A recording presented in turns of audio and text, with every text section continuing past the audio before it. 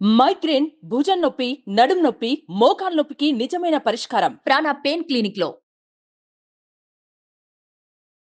నమస్కారం, welcome to Suman TV. నేను గీతాంజలి. ప్రస్తుతం మనతో పాటు ప్రముఖ జ్యోతిష్యులు బ్రహ్మశ్రీ నందిబట్ల శ్రీహరి శర్మ గురుగారు ఉన్నారు. వారితో మాట్లాడదాం. గురుగారు నమస్కారం అండి. రాజస్థాన సంతృప్తై రాజస్థ ప్రతిపత్తయే జగదఃపితరై పార్వతీ పరమేశ్వరై సదాశివసమారంభాం శంకరాచార్య మధ్యమాం అస్మదాచార్య పర్యంతం వందే గురు పరంపరాం. ఆదిత్యాయ చ సోమాయ మంగళాయ బుధాయ చ గురు శుక్ర శనిభ్యశ్చ రాహవే కేతవే నమః. శృంగేరి జగద్గురు పీఠాధిపతులకి, కంచి పీఠాధిపతులకి నమస్కారములు తెలియజేసుకుంటూ కార్యక్రమాన్ని ప్రారంభిద్దాం. గురుగారు, కార్తీక మాసం ప్రతిరోజు పండగలానే ఉంటుందండి. అయితే ఈసారి వరుసగా రావటం అనేది ఒక విశేషం. 11వ తారీఖున సోమవారం, 2వ కార్తీక సోమవారం, 12 ఏకాదశి, 13 చిలుకు ద్వాదశి వచ్చింది. ఇక 2 రోజులు గ్యాప్ ఇస్తే కనుక మళ్ళీ పౌర్ణమి. కానీ ఇక్కడ మీరు గమనించాల్సిన అంశం ఏంటంటేనమ్మా, ఈ ద్వాదశి వరకే మీరు లెక్కేశారు, తర్వాత ఉన్నటువంటి చతుర్దశిని మీరు లెక్క వేయట్లేరు.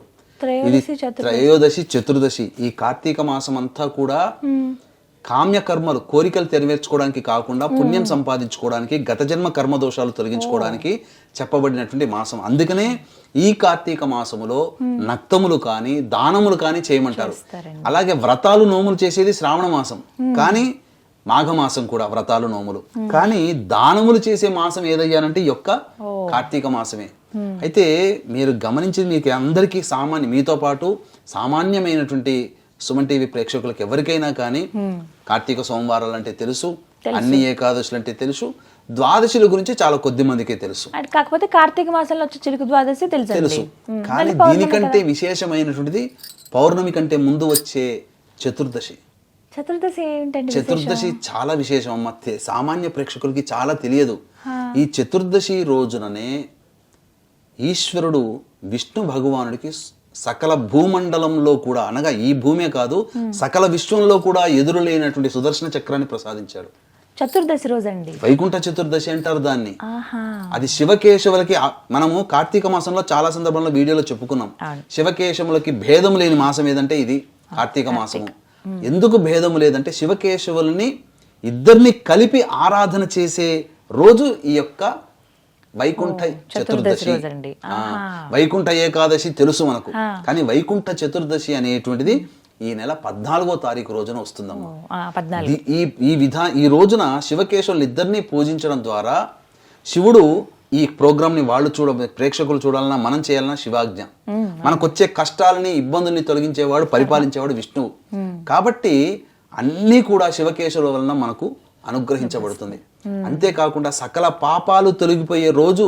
మనము పాపాలు తొలగిపోవడానికి ఏకాదశి వ్రతాలు కానీ, పౌర్ణమి వ్రతాలు కానీ, లేకపోతే ఇంకా ఇతరత్ర శివరాత్రి నాడు ఇలా విధంగా చేసుకుంటాము. కానీ సకల పాపాలు తొలగిపోయేటువంటి రోజు ఈ వైకుంఠ చతుర్దశి. దీని యొక్క విధానాన్ని చాలా మందికి తెలియదు. కాబట్టి మనకు కలిగినట్టుగా, నాకు పురాణాంతర్గంగా లేదా గురువుల ద్వారా నాకు కలిగినటువంటి జ్ఞానాన్ని నేనొక్కడనే ఆచరించి ఫలితాలు పొందకూడదు, అందరికీ ఈ యొక్క ఫలితంలో భాగస్వామ్యం కావాలనే ఉద్దేశంతోనే ప్రసార మాధ్యమంగా మీరు ఎన్నిసార్లు అడిగినా తెలిసిన విషయాలన్నీ కూడాను మీ ద్వారా అందరికీ తెలియజేస్తున్నానమ్మా. కాబట్టి ఎందుకంటే ఎన్నో సందర్భాల్లో మనం ఇంకా ప్రజలకు ఇంకేం మంచి విషయాలు చెప్దామంటే ఏమున్నాయని చెప్పి మీరు చాలా సార్లు అడుగుతుంటుంటారు. అసలు మీరు ప్రజలకి మంచి మంచి విషయాలు చెప్పాలనే ఆలోచనే మీ చెప్పడము. ఎప్పుడైనా గుర్తుపెట్టుకొని ఈ విషయం అరే చెప్పాలి గీతాంజలి గారికి అని చెప్పి రావడం, అనుకున్నది తడుగా చేద్దామని చెప్పి మీరు కూడా సిద్ధమవడం. ఈ రోజున మనం చెప్పుకునే టాపిక్ వైకుంఠ చతుర్దశి.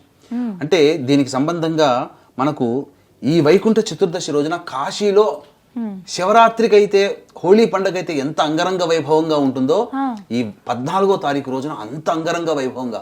అసలు కార్తీక మాసంలో కాశీలో ఎక్కువగా పూజలు చేయరు, మన వాళ్లే వెళతారు, ఎక్కువగా కాశీ క్షేత్రంలో పూజాభిషేకాలు చేస్తారు. కానీ నార్త్ వాళ్ళు శ్రావణ మాసంలో ఈశ్వరుని ఆరాధిస్తారు. కానీ ఈ కార్తీక మాసంలో ఈ వైకుంఠ చతుర్దశి నవంబర్ 14వ తారీఖు రోజున వచ్చింది.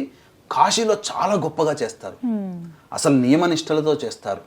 అంటే మనకేంటనంటే దీనికి ఒక గాథ కూడా ఉందమ్మా. పూర్వము ఈ ఉత్థాన ఏకాదశి అంటే విష్ణు భగవానుడు మేల్కొంటాడు. మేల్కొని వెళ్ళి బ్రహ్మ మహేశ్వరులతో సహితముగా ఈ ద్వాదశి తిథి రోజున తులసి వనానికి వెళతాడు కదా. ఈ తర్వాత త్రయోదశి అయిపోతుంది, చతుర్దశి. ఒకానొక ఈ కార్తీక మాసంలో వచ్చినటువంటి పౌర్ణమి ముందు రోజు అయినటువంటి ఈ చతుర్దశి రోజున ఒకానొక చతుర్దశి రోజున విష్ణు భగవానుడు శివానుగ్రహం కోసం కాశీలోని మణికర్ణికా ఘాటుకు వస్తాడు. కాశీలోని మణికర్ణికా ఘాటుకు వచ్చి శివుడికి సహస్ర కమలములతో అనగా తామర పుష్పాలతో 1000 తామర పుష్పాలతో అక్కడ మణికర్ణికా ఘాట్లో వేయించేసి ఉన్నటువంటి మణికర్ణికేశ్వరుడికి అర్చన అభిషేకం చేద్దామని తలంచుతాడు. 1000 కమలాలు తెచ్చుకుంటాడు.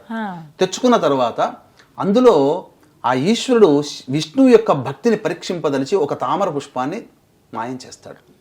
అలా అర్చన చేస్తున్నప్పుడు పూజ చేస్తున్నప్పుడు 999 వచ్చిందే, ఒక తామర పుష్పం లేదే అని చెప్పి అనుకున్నాడు. అనుకున్నదే తడవుగా ఎలా చేయాలో అప్పటికి దొరకదు కాబట్టి వెంబడి తన కన్నును తీసి ఒక పుష్పముగా ఆ ఈశ్వరునికి సమర్పించాడు. అంతటా ఈశ్వరుడు భక్తి ప్రపత్తికి, ఆ విష్ణు భక్తి ప్రపత్తికి మెచ్చి అసలు ఆగలేక ప్రత్యక్షమై నీ అనన్యమైనటువంటి నాతో సమానుడు అయినప్పటికీ కూడా నన్ను అర్చించాలనేటువంటి ఒక ఆరాధనా తత్వముతో నీ యొక్క చక్షువుని అనగా కంటిని, ఒక కన్నుని నాకు సమర్పించావు. నీ భక్తికి మెచ్చానయ్యా, ఈ యొక్క విశ్వంలో తిరుగులేనటువంటి యొక్క అస్త్రాన్ని నీకు ఇస్తానని చెప్పి ఆ యొక్క సుదర్శన చక్రాన్ని ఆయనకు అందిస్తాడు. ఇప్పటికీ కూడా మీరు కొన్ని శివుని యొక్క సంబంధించిన శివకేశవులకు సంబంధించిన ఫోటోలు చూస్తే ఆ ఈశ్వరునికి సాక్షాత్తు పరమేశ్వరుడి చక్రాన్ని అందిస్తున్నట్టుగా ఒక ఫోటో ఉంటుంది. మీరు గమనించారు కదా? గమనించకపోతే ఇప్పుడైనా చూడొచ్చు గూగుల్లో వెతికితే. ఆ విష్ణువుకి సుదర్శన చక్రాన్ని ఇచ్చిన రోజు ఈ వైకుంఠ చతుర్దశి కాబట్టి విష్ణువే ఈశ్వరుణ్ణి ఆరాధించిన రోజు కాబట్టి ఈ కార్తీక మాసంలో వైకుంఠ చతుర్దశి రోజున కాశీలో విష్ణువుని ఈశ్వరుణ్ణి ఆరాధన చేస్తారు. మనం కూడా ఆ విధంగా మన ఇంట్లో ఆరాధన చేయవచ్చు. ఈ ఆరాధన చేసినటువంటి విధంగా మనకున్నటువంటి సమస్త పాపాలు తొలగిపోతాయి. తద్వారా రేపటి రోజైనటువంటి పౌర్ణమి నాడు చేసే పూజలు, దానాలు, వ్రతాలు ఏవైతే ఉంటాయో అవన్నిటి యొక్క పుణ్య ఫలితము సంపూర్ణంగా మనం పొందుతాం. అందుకనే వీక్షించేటువంటి సుమన్ టీవీ ప్రేక్షకులు కార్తీక పౌర్ణమి రోజుననే మాత్రమే దీన్ని దృష్టిలో పెట్టుకొని కార్తీక పౌర్ణమి నాడు ఆచరించే విధానం కంటే కార్తీక పౌర్ణమి కంటే ముందు వచ్చేటువంటి చతుర్దశి, వైకుంఠ చతుర్దశి రోజున చెప్పినటువంటి విధి విధానాలు ఆచరించి శివకేశవుల యొక్క అనుగ్రహాన్ని పొంది సర్వ పాప గత జన్మ కర్మదోషాలు తొలగిపోయి పవిత్రమైనటువంటి దేహముతో, పవిత్రమైనటువంటి మనసుతో తెల్లవారి పౌర్ణమి, కార్తీక పౌర్ణమి రోజున చేసేటువంటి ఫలితాలు సంపూర్ణంగా ఆ మానవుడు అనుభవిస్తాడని చెప్పి మనకు శివపురాణాల్లో చెప్పబడింది. ఆ విధానమే మన ప్రేక్షకులకి తెలియజేస్తున్నానమ్మా. ఈ యొక్క వైకుంఠ చతుర్దశి రోజున ఎలాంటి విధానం ఆచరించాలి, ఎలా చేసుకునే విధానం తెలియజేస్తాను. అలాగే వీక్షించేటువంటి సుమన్ టీవీ ప్రేక్షకులు గమనిక, ఈ యొక్క కార్తీక పౌర్ణమి సందర్భంగా నవంబర్ 15వ తారీఖు రోజున త్రిపురాసురులని సాక్షాత్తు పరమేశ్వరుడే సంహరించినటువంటి క్షేత్రము త్రిపురాంతకము. ఆ త్రిపురాంతక క్షేత్రంలో జాతకరీత్యా కలుగు విద్య, వివాహ, ఉద్యోగ, దాంపత్య, సంతాన, అనారోగ్య సమస్యలు, శనిదోష నివారణ సమస్యలకి సర్వదోష నివారణ హోమాలు అనేటువంటివి పర్ హెడ్ 1500 రూపాయలకి చేయించడం జరుగుతుంది. అవకాశం ఉన్నవాళ్ళు కార్యక్రమ తదనంతరం కాంటాక్ట్ చేసి మీ గోత్రనామాదులు నమోదు చేసుకోవచ్చు. ఎలా ఆచరించాలి, ఎలా చేసుకోవాలి? ఆ 14వ తారీఖు రోజున సూర్యోదయమే బ్రహ్మముహూర్తంలో లేచి కాలకృత్యాదులు తీర్చుకొని శివుడి చిత్రపటము, విష్ణువు చిత్రపటం రెండూ పెట్టి అక్కడ మామూలుగా పూలతో అలంకరణ చేసుకొని అక్కడ శివలింగం ఏర్పాటు చేసుకోవాలి. చేసుకున్న తర్వాత ఆవు నేతితో దీపారాధన చేయాలి. శివలింగం ఏర్పాటు చేసుకునేటప్పుడు శివలింగం పెట్టేటువంటి ప్రదేశంలో సహజంగా అష్టదళ పద్మం, ముగ్గుతో అష్టదళ పద్మం వేసి మధ్యలో పసుపు, కుంకుమ మరియు పుష్పములు మాలికలు పెట్టి ఆ యొక్క ప్రదేశంలో శివలింగ ప్రతిష్ఠ చేసుకోవాలి. శివలింగాన్ని పెట్టుకోవాలి. పెట్టుకొని ఒకవేళ శివలింగము పెట్టుకొని వీలు లేకపోతే మామూలుగా ఆ యొక్క శివకేశవులకి, విష్ణువుకి, శివుడికి ఫోటోకి పూలు, పూలమాలలు పెట్టాలి. మొదటగా శివలింగం పెట్టుకునేటట్టయితే శివాభిషేకము, శివాయ నమః అనుకుంటూ శివాభిషేకం చేయాలి. చేసిన తర్వాత అప్పుడు ఆ స్వామికి అర్చన చేయాలి. బిల్వాష్టోత్తరం కానీ ఏదైనా అర్చన చేయాలి. దాంతో శివారాధన కంప్లీట్ అయిపోతుంది. ఇక వెంబడే మనం ముందుగా తయారు చేసి పెట్టుకోవాలి ఒక తులసి మాల, ఒక బిల్వ పత్రాల మాల పెట్టుకొని తులసి మాలని శివుడి చిత్రపటం ముందర పెట్టాలి. బిల్వ పత్రమాలని విష్ణువు చిత్రపటం ముందర పెట్టుకోవాలి. పెట్టుకొని అప్పుడు గణపతి యొక్క ముందుగా ఈ అభిషేకం చేయడానికంటే ముందే గణపతిని ధ్యానం చేసుకొని ఈ శివకేశవులని ఇద్దరిని కూడా అర్చిస్తున్నాను, అర్చించినటువంటి పుణ్య ఫలితం నాకు కలగచేయి, గత జన్మ కర్మదోషాలు తొలగింప చేయడానికి నన్ను అర్హుణ్ణి చెయ్యి వినాయక అని చెప్పి నమస్కారం చేసుకొని గణపతి యొక్క అనుగ్రహం తీసుకొని శివాభిషేకం చేయాలి. అప్పుడు తులసి దళం శివుని యొక్క చిత్రపటం దగ్గర తులసిమాల, బిల్వ పత్రాల మాల విష్ణువు చిత్రపటం దగ్గర, చిత్రపటానికి వేయకూడదు, పటం దగ్గర పెట్టాలి. పెట్టిన తర్వాత శివ సహస్రనామము, విష్ణు సహస్రనామము పారాయణం చేయాలి. పారాయణం చేసి అప్పుడు ఆ యొక్క శివుడి దగ్గర ఉన్నటువంటి తులసి మాలని విష్ణు చిత్రపటానికి వేయాలి. విష్ణు చిత్రపటం దగ్గర ఉన్నటువంటి బిల్వ మాలని శివుడికి వేయాలి. ఆ విధంగా వేస్తే మనము చేయడం ద్వారా ఆ విష్ణువు శివుడికి సమర్పించినట్టు, శివుడు విష్ణువుకి సమర్పించినటువంటి భావన. ఇదే విధానముగా శివాలయానికి చేరుకొని, విష్ణు ఆలయానికి చేరుకొని శివుడికి అర్చన జరిపించి శివుడి దగ్గర పెట్టబడినటువంటి తులసిమాలని విష్ణు ఆలయంలో విష్ణువుకి అలంకరింపచేయాలి.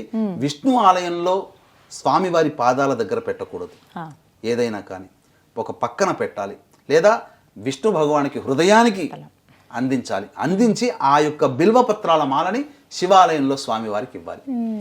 ఈ విధంగా చేసినట్లయితే శివకేశవులకి అనుగ్రహం కలుగుతుంది. అయితే ఈ యొక్క వైకుంఠ చతుర్దశి రోజున నిషీధి సమయంలో ప్రత్యేకమైనటువంటి భజనలు కానీ కీర్తనలు కానీ చేయాలి. ఎప్పటి నుంచి?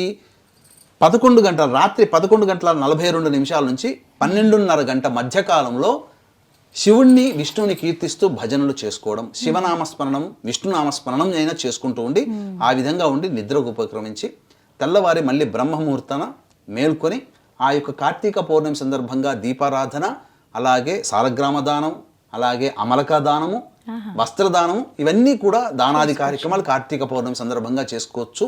అలాగే దీపారాధన ఎన్ని ఒత్తులతో దీపారాధన చేయాలి, ఏ విధమైనటువంటి నూనెని వాడితే మంచి ఫలితము, ఏ విధమైనటువంటి పుష్పాలతో అర్చిస్తే ఫలితము, అలాగే ఈ యొక్క కార్తీక పౌర్ణమి రోజున విధిగా ఆచరించాల్సినటువంటి కొన్ని నియమాలు ఏంటి అనేటువంటిది మరి యొక్క వీడియోలో ఖచ్చితంగా దీనికి వస్తుంది. ఆ వీడియోలో మనం తెలియజేద్దామమ్మా. మొత్తంగా చతుర్దశి రోజు అయితే ఈ విధంగా ముఖ్యంగా ఈ వైకుంఠ చతుర్దశి ఏదైతే ఉందో ముఖ్యంగా స్నానం వల్ల కొంత ఫలితం వస్తుందమ్మా. మనం ఎంతటి అదృష్టవంతులం అంటే గోదావరి నది అనేటువంటిది మన తెలంగాణ ఆంధ్ర రాష్ట్రాల గుండా వెళుతుంది. ఈ ప్రాంత వాసులమైనటువంటి మనం అదృష్టం మహారాష్ట్ర నుంచి ప్రారంభమై ఇప్పుడు వీక్షించేటువంటి ప్రేక్షకులు మన ప్రేక్షకులే కదా. కాబట్టి పూర్వము ధనేశుడు అనేటువంటి యొక్క బ్రాహ్మణుడు సకలమైనటువంటి దుర్గుణాలతో ఉండి అనేక రకాలుగా పాపకర్మలు చేస్తూ ఉన్నాడు. అతని పాపకర్మలకు అంతంటూ లేదు. అయితే ఒకనాడు తను దేశాటన కోసం వెళుతుండగా నదీ తీరం మంది చాలామంది బ్రాహ్మణులు కోలాహలంగా అసలు దైవనామస్మరణ చేసుకుంటూ అక్కడంతా ఉన్నారు. వాళ్ళతో వెళ్ళి పిచ్చాపాటిగా మాట్లాడుకుంటూ సాధారణంగా వాళ్ళతో పాటు వాళ్ళు చేసే పనులు మనం కూడా ఏం చేద్దాంలే అని చెప్పి చేసుకుంటున్నాడు. వాళ్ళందరూ స్నానం ఆచరిస్తుంటే ఆయన కూడా స్నానం ఆచరించాడు. వాళ్ళందరూ విష్ణునామస్మరణ శివనామస్మరణ చేస్తుంటే వాళ్ళతో పాటు కూడా నోటి పలికాడు ఏదో సందర్భంగా. ఎందుకనంటే ఇదంతా అతను ఎందుకు చేశాడంటే అతను ఒక దొంగతనం చేసుకుంటూ వచ్చాడు. ఆ దొంగతనం చేస్తున్నటువంటి సందర్భంలో చూసినటువంటి వాళ్ళు అతన్ని వెంబడిస్తూ ఉంటే అతని వాళ్ళ నుంచి తప్పించుకోవడం కోసం ఈ నదీ తీరం గుండా అక్కడంతా గ్రూప్ గా ఉన్నారు. ఆ గ్రూప్ గా ఉన్నటువంటి మనుషుల మధ్యలో దూరిపోయి అతన్ని ఎవరు కనిపెట్టకుండా ఉండి వాళ్ళందరూ భక్తులుగా ఉన్నారు కాబట్టి వాళ్ళలో కూడా ఇతను ఒక భక్తుడుగా మారిపోయినట్టు నటించి వాళ్ళతో పాటు స్నానాలు చేసి వాళ్ళతో పాటు శివ పూజ విష్ణు పూజ చేశాడు. ఆ తదనంతరం మళ్ళీ తన గృహానికి వెళ్ళిపోయాడు. కొన్నాళ్ల తర్వాత అతను మరణించడం జరిగింది. అతను మరణించిన తర్వాత పాపాలు చేశాడు కదా అని చెప్పి యమభట్టులందరూ వచ్చారు ముందుగా. కానీ వాళ్ళందరినీ కాదని విష్ణులోకం నుంచి స్వర్గలోకం నుంచి దేవదూతలు వచ్చారు. ఇతను అన్ని బ్రతికుండగా అన్ని పాపాలు చేశాడు. అయ్యా మీరెట్లా వచ్చారు, మీరేదో పొరపడి ఉన్నారు అని అంటే కాదు అతను తెలిసైనా తెలియక చేసినా ఆ రోజున వైకుంఠ చతుర్దశి రోజున శివకేశవుని ఇద్దరిని ఆరాధించినటువంటి పుణ్య ఫలితం అతని ఖాతాలో ఉంది. అతని పాప ఫలితము పుణ్య ఫలితం లెక్క వేసుకుంటే పుణ్య ఫలితమే ఎక్కువగా ఉంది ఆ ఒక్క రోజున చేసినటువంటి పుణ్య ఫలితం వల్ల. కాబట్టి అతని స్వర్గలోకానికి తీసుకుపోతున్నామని చెప్పి తీసుకుపోయారు. అంటే వైకుంఠ చతుర్దశి రోజున గోదావరి నది స్నానం, గౌతమి స్నానం అంటారు. గౌతమి అంటే గోదావరి. కాబట్టి వీక్షించేటువంటి ప్రేక్షకులు గోదావరి నది ప్రాంత వాసములకి దగ్గరగా ఉంటే 14వ తారీఖు రోజున వైకుంఠ చతుర్దశి అయింది. సూర్యోదయం పూర్వము అలాగే సూర్యాస్తమయ సమయంలో కూడా స్నానం ఆచరించి స్వామివారి అనగా విష్ణువు శివకేశవుల యొక్క అనుగ్రహాన్ని పొంది తరించండి. ఇది చాలా మటుకు నియమంగా ఖచ్చితంగా గౌతమి నది స్నానం చేయాలి. మరి హైదరాబాదు, వైజాగ్లో ఇట్లా చుట్టుపక్కల కరీంనగర్లో వాళ్ళు ఎలా ఉంటారండి అని అంటారు. అటువంటి వాళ్ళు ఏంటంటే అటువంటి వాళ్ళు ఇంట్లో గోదావరి నది పుష్కరాలు వచ్చినప్పుడు తెచ్చుకుని ఉంటారు కదా కొన్ని, ఆ జలము స్నానం చేసే బకెట్లలో ఆ నీటిలో వేసి స్నానం చేయొచ్చు. పోనీ ఆ నీళ్లు కూడా లేవండి, మళ్ళీ ఏమిటనంటే అప్పుడు మనకు ఒక శ్లోకం ఉంది, గంగే చ యమునే కృష్ణ గోదావరి సరస్వతి నర్మదే సింధు కావేరి జలేస్మిన్ సన్నిధిం కురు కావేరీ తుంగ భద్రా చ కృష్ణవేణీ చ గౌతమి భాగీరథీ చ విఖ్యాతాః పంచగంగా ప్రకీర్తితాః. అంటే మన భారతదేశం గుండా ప్రవహించే అన్ని నదులని తలుచుకొని ప్రత్యేకించి గోదావరి నది యొక్క స్థితి నేను స్నానం చేసే నీటిలో ఉండాలని చెప్పి సంకల్పం చేసుకొని స్నానం చేసినప్పుడు ఆ గోదావరిలో మునిగి స్నానం చేస్తున్నట్టుగానే తదేకమైనటువంటి ఆధ్యాత్మిక భావనతో ఆ గోదావరిలో మునిగి స్నానం చేస్తున్న భావన గనుక పెట్టుకొని స్నానం చేస్తే ఆ గౌతమి నది స్నాన ఫలితం అతనికి ఉత్తర క్షణంలోనే ఆ మనుషులకి స్త్రీ పురుషులకి ఎవరికైనా దక్కుతుంది. ఆ విధంగా స్నానం ఆచరించండి. వైకుంఠ చతుర్దశి రోజున శివకేశవులకి చెప్పిన విధంగా అర్చన, స్నానము ముఖ్యంగా గౌతమి నది స్నానము చాలా ప్రత్యేకంగా చెప్పబడి ఉంది. ఇది మనకు సొంతంగా చెప్పబడింది కాదమ్మా, శివ పురాణాంతర్గతమైనటువంటి విధానం ఇది. కాశీలో చాలా కోలాహలంగా ఈ రోజున శివకేశవుల్ని అర్చిస్తారని చెప్పడంలో సందేహమే లేదు. చతుర్దశి రోజు అసలు ఎలా శివకేశవుల్ని ఆరాధించాలో ఈ వైకుంఠ చతుర్దశి రోజున ఎవరైనా కాశీలో ఉన్నట్లయితే పంచగంగా ఘాట్లో గనక స్నానం ఆచరిస్తే ఉత్తర క్షణంలోనే మనకి సంతాన భాగ్యం కలిగి శివకేశవుల యొక్క అనుగ్రహంతో కలిగే సంతానం పుడతాడు, వంశోద్ధారకుడు పుడతాడు. ఎవరైనా కనుక కాశీలో ఉంటే ఖచ్చితంగా ఆ రోజున మిస్ అవ్వకుండా మీరు ఈ పూజ అయితే చేసుకోండి, లేకపోతే కాసేపు అక్కడ గడపండి చాలు, అదే పుణ్యంగా భావించవచ్చు. చాలా చక్కగా వివరించారు గురుగారు, ధన్యవాదాలండి. సర్వం శ్రీ ఉమామహేశ్వర పరబ్రహ్మార్పణమస్తు.